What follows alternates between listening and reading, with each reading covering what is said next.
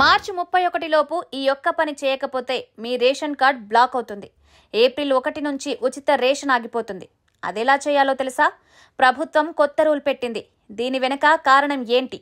ఈ dead line miss అయితే ఏం జరుగుతుంది? ఈ ప్రాసెస్ స్టెప్ బై స్టెప్ ఎలా చేయాలో తెలుసుకోవాలంటే ఈ వీడియో చివరి వరకు చూడండి. మోదీ ప్రభుత్వం పేదలు, నిరుపేదల కోసం ఎన్నో స్కీమ్స్ రన్ చేస్తోంది. జాతీయ ఆహార భద్రతా చట్టం కింద ఉచితంగా సబ్సిడీ రేట్లలో రేషన్ ఇస్తోంది. దీనికోసం రేషన్ కార్డు జారీ చేస్తోంది. దేశంలో కోట్లాది మంది ఈ ప్రయోజనం తీసుకుంటున్నారు.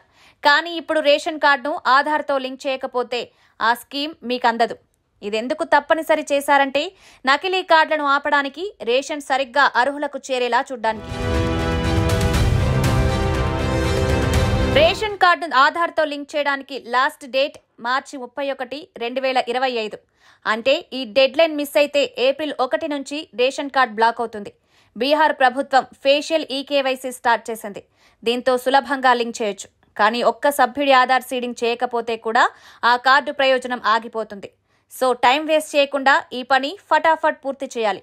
ఇప్పుడు ఈ లింకింగ్ ఎలా చేయాలో సింపుల్గా చెప్తాను. మీ రేషన్ కార్డ్, ఆధార్ కార్డు తీసుకుని సమీపంలోని రేషన్ షాప్ లేదా ఈ సేవా సెంటర్కు వెళ్ళండి. అక్కడ Aadhaar number, ration card number ఇచ్చి ఫింగర్ ప్రింట్ లేదా ఫేషియల్ ఈకేవైసీ చేయండి. అన్ని సభ్యుల వివరాలు సీడ్ అయ్యాక కన్ఫర్మేషన్ ఇస్తుంది.